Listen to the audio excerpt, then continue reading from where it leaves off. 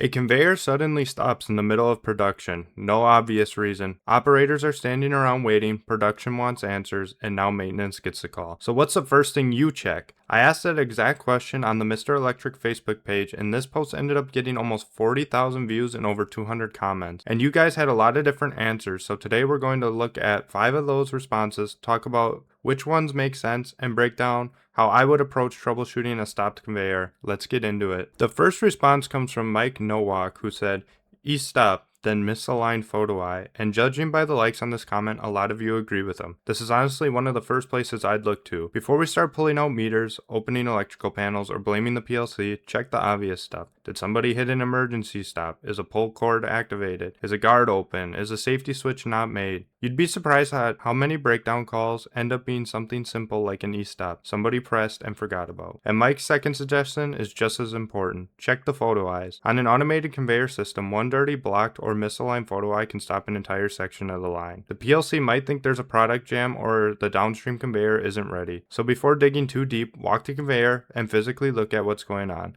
Sometimes the fastest troubleshooting tool you have is your eyes. Next, Tyler Snow said, always check safeties, whether it be e-stops, photo eyes, proximity switches, limit switches, or any safety, and this goes right along with the first response. If a conveyor suddenly stops, there's a good chance the control system is simply missing one of the conditions it needs to run. You've got e-stops, guard switches, limit switches, proximity sensors, photo eyes, pull cord, and depending on the machine, there could be several different interlocks tied into that conveyor. One important thing here is that you don't want to just start jumping things out because you're trying to get production running. Find out why the safety or interlock isn't satisfied. Maybe a prox sensor bracket moved, maybe a photo eye is covered in dust, maybe a guard switch isn't lined up correctly. The machine might actually be doing exactly what it's designed to do, it's stopping because of the run conditions it's missing. Our third response comes from Greg Hall, who said, look at the controller, the display is a good place to start. This is a really good answer, especially on a newer automated conveyor. If the conveyor is controlled by a PLC, VFD, motor starter, or some type of conveyor controller, the machine might already be telling you what's wrong. Before touching anything, look at the HMI, look at the VFD, look at the PLC diagnostics, or look for fault codes. Maybe the drive is showing an overload. Maybe you've got an overcurrent fault. Maybe the PLC is waiting for a downstream ready signal. Maybe an input that should be on isn't. That information can save you a ton of time. Instead of randomly checking 20 different devices, you can start narrowing down which part of the circuit is preventing the conveyor from running. One thing I always like to do is check the PLC on an automated line. Program shows that the run output is coming on. Start looking backward through the logic. What's missing? That's usually going to get you closer to the actual problem. Next up, Michael Stone said, motor to gearbox to chain to driving roller. Are you going round and around? And I really like this answer because now we're looking at the mechanical side of the problem. Just because the conveyor stopped moving doesn't automatically mean you have an electrical problem. Let's say the motor is running. If that motor shaft is turning, the electrical side might be completely fine. Maybe you've got a broken chain. Maybe a key is sheared. Maybe a coupling failed. Maybe the gearbox is damaged. Or maybe the drive roller is spinning but the belt is slipping. This is where electricians and mechanics can save each other a lot of time. Don't immediately assume every stopped conveyor is an electrical failure. Follow the motion from the motor all the way to the conveyor. Find the point where movement stops. This is usually where your problem is. Our fifth response comes from Stanley. He said, block sensors,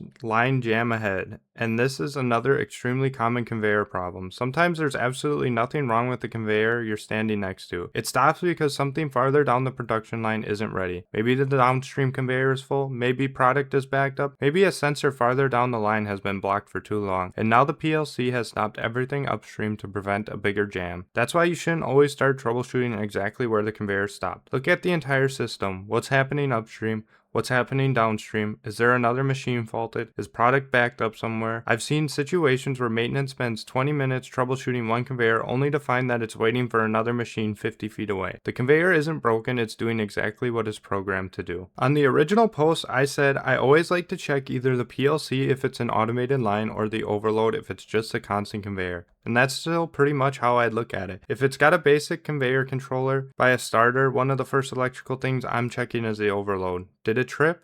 And if it did, don't just reset it and walk away. Why did it trip? Is the conveyor overloaded? Is something mechanically binding, or is the motor pulling too much current? Did we lose a phase? A tripped overload is a symptom, and you still want to find out what caused it. But if we're talking about a fully automated conveyor system, I'm probably checking the HMI and PLC pretty early in the troubleshooting process. Because if the PLC isn't telling that conveyor to run, there is no point in spending 30 minutes checking the motor. Find out what the condition of the program is and what it's waiting for. So if I walk up to a conveyor that suddenly stopped, here's roughly how I'd approach it. First, look at the machine. Is there a jam? Is product backed up? Is something obviously broken? Check the safeties, e-stops, photo eyes, proc switches. Third, check the HMI or controller. Look for alarms and fault codes. Fourth, determine whether the motor is being commanded to run. If it isn't, figure out what condition is missing. If it is being commanded to run but isn't turning, now we're looking at the electrical side. Overloads, fuses, contactors, VFDs, motor problems. And finally, if the motor is running but the conveyor isn't moving, follow the mechanical powertrain, motor,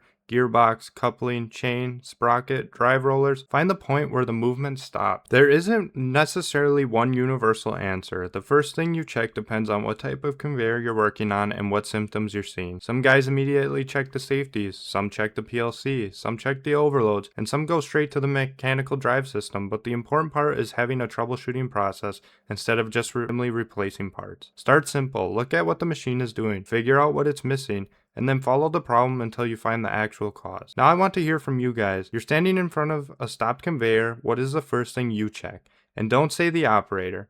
Although, judging by some of the comments on the post, apparently that's a pretty high on the list. If you want to see more videos where we break down your responses from the Mr. Electric community, hit subscribe. We've got plenty more industrial electrical maintenance, PLC, motor, VFD, and troubleshooting content coming. Thanks for watching, and I'll catch you in the next one.